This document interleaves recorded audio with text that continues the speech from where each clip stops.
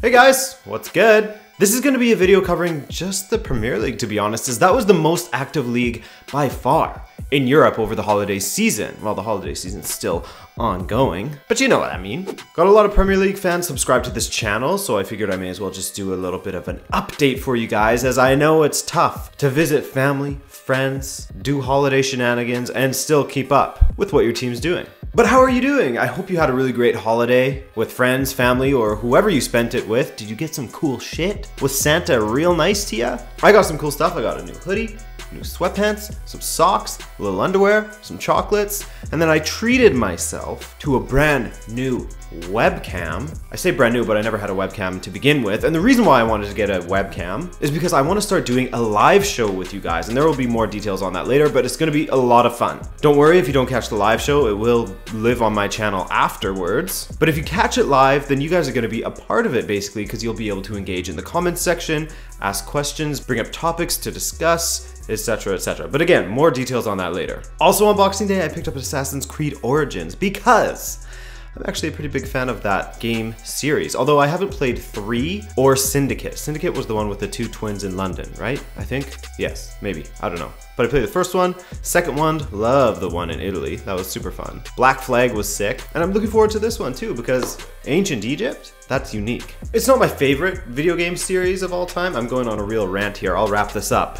But for those of you who want to skip this little rant on video games from Adrian, skip ahead to this time. It isn't my favorite video game series necessarily. I think that The Witcher can't really be touched in my heart, or Fallout for that matter, or the Elder Scrolls for that matter. But Assassin's Creed is good fun, and I hear they've made some major improvements to it, and yeah, I'm looking forward to playing that one after I finish the Blood and Wine expansion for The Witcher 3, because I never got around to that one. I'm playing Hearts of Stone right now. In fact, I didn't do either of the DLCs. After I played the main game, I was just like,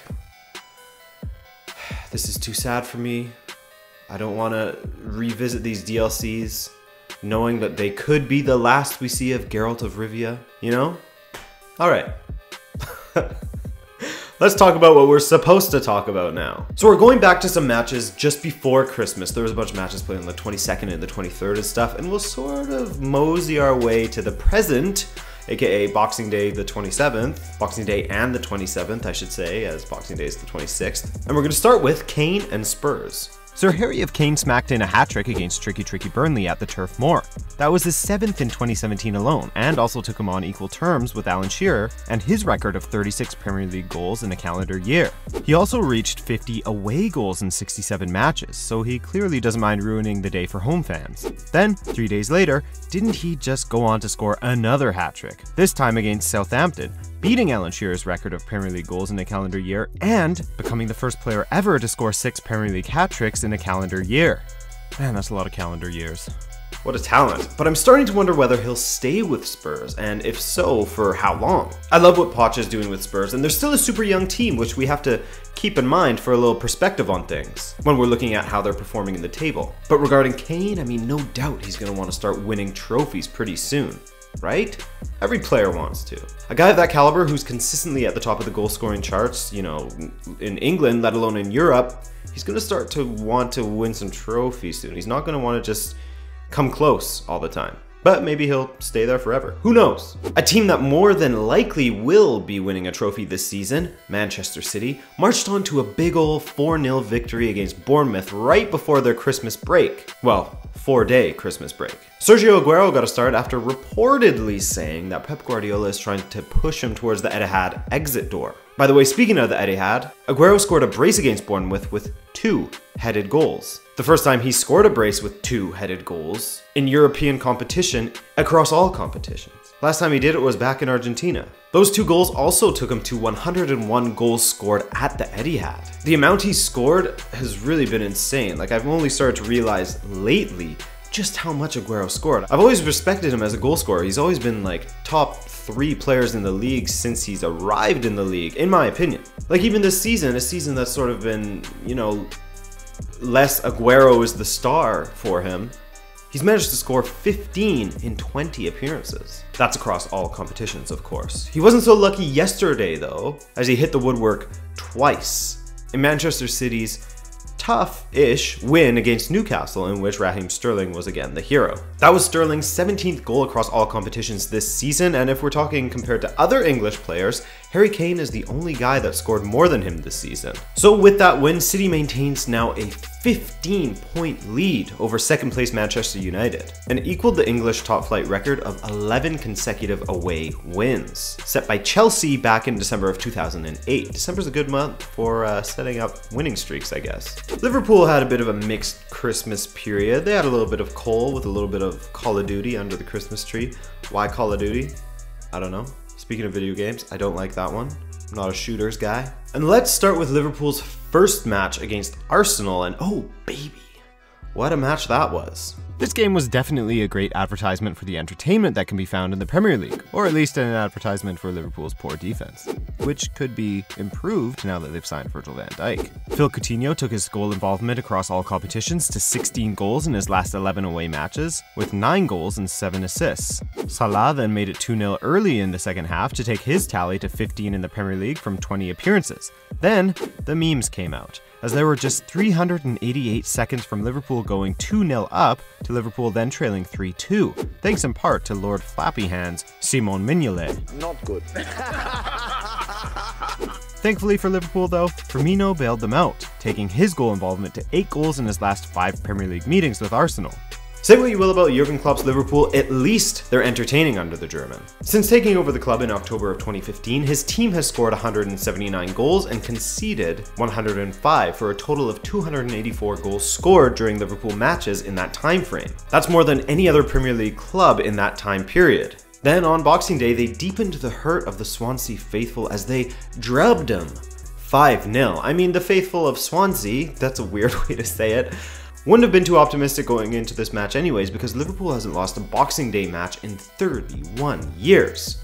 When they play at home, of course. Oh, and we gotta put some respect on Firmino's name, as he has been involved in more goals under Jurgen Klopp than any other player at the club currently, as the white-teethed assassin has scored 38 goals and assisted 25 times. And we also got to put some respect on Arsenal's name too, as they show great determination to not only come back from a losing position yet again this season, but to actually take the lead as well, only to surrender it sloppily once again. Unfortunately, during the time of the recording of this video, they hadn't played Crystal Palace yet. They play them tomorrow for me, or today, if you're watching this video now, on December 28th, that is. So I can't speak to their fortunes in that match. Sorry. All right, let's talk Chelsea, as they had a happy little Christmas period. Sorta. The resurgent Everton, who are now undefeated in their last 8 matches, managed to hold Chelsea to a 0-0 draw on the 23rd, but Brighton, they couldn't hold them back, as they lost 2-0, thanks to the Spanish Express. Espanol Express, that sounds better. We're talking Marcos Alonso and Alvaro Morata, and honorable mention to David Azpilicueta. In fact, Chelsea is on equal terms now as far as Spanish goal-scoring players in a single team, as they have 20 goals from Spanish players, and across Europe, the only team that has more than them, well, there isn't a team that has more than them. The only team that has as many as them is Real Sociedad in La Liga. That's right, Chelsea has more goals from Spanish players in their team than 19 of the 20 La Liga teams. Ain't that something? Also, the direct line between Alvaro Morata and David Azpilicueta continues to prosper, as Azpi assisted Morata for the 6th time this season. And every single time, it's the same goal. A lofted ball to the far post, Morata steps in and nods it into the back of the net. They've already equaled the single season assist number from one player to another, aka from Azpilicueta to Morata, 6 times. That's equal to Lampard to Drogba and Cesc Fabregas to Diego Costa, so surely they're gonna break that record. And of course, we gotta talk United, as they could only manage 2 draws in their last 2 matches. Both, you might argue, were pretty winnable, although Burnley is a bit of a tricky team these days. First, there was the 2-2 draw with a Leicester side that was down a man for the final 17 minutes. Juan Mata scored a nice brace, his first brace in the Prem since March of 2015. Vardy also scored his 50th Premier League goal, and wouldn't you know it, against a Big 6 opposition. Lukaku, where you at, dog? I'm sorry, I won't mention him again here because, quite frankly, well, there is no reason to mention him in this video. Anyway, that draw meant that United would be 13 points behind City going into the Christmas break. Well, Christmas Day break. They get 1 day off. And that is, in fact, the largest gap between first and second that the Premier League has ever seen at Christmas. Then United rung in Boxing Day with a bit of a Christmas hangover as they went 2-0 down against Burnley at halftime. In fact, Burnley became just the second team to score more than once against Manchester United at Old Trafford this season, behind, of course, Manchester City. Slightly fortunate, perhaps, given they only attacked about twice, or maybe they're just clinical, lethal football assassins. Lingard then came on to be Superman once again and save United their blushes. In fact, he's been involved in 9 Premier League goals this season, which is more than he managed in his last 3 seasons combined. That was across 51 appearances. But instead of looking at United and their failings and saying how Mourinho needs to spend more money in order to fix a failing squad and blah blah blah blah blah, let's give some credit to Burnley. Because they definitely deserve it this season. I thought they were going to get relegated. I'll admit right now that I was totally wrong about them. Hey, you know me. I'm happy to admit when I'm wrong. But Burnley, let's give credit where credit's due, because they have taken more points away against the Big Six opposition than any other team has managed to do this season. On top of that, they were missing Heaton, Tarkowski, Ward, Brady, and Wood. That is insane. And like, I get it. This is a team sport, and that Mourinho didn't get every single player that he wanted to get in the transfer window over the summer. And if he had gotten every single player that he wanted to fit the style that he wanted to play, what would United look like now? I get that, but I'm sorry, the job description of a manager is to take what he has and get the most out of his players and find a system that suits them. You can't always fit a square peg into a round hole and then blame the peg for not fitting, you know?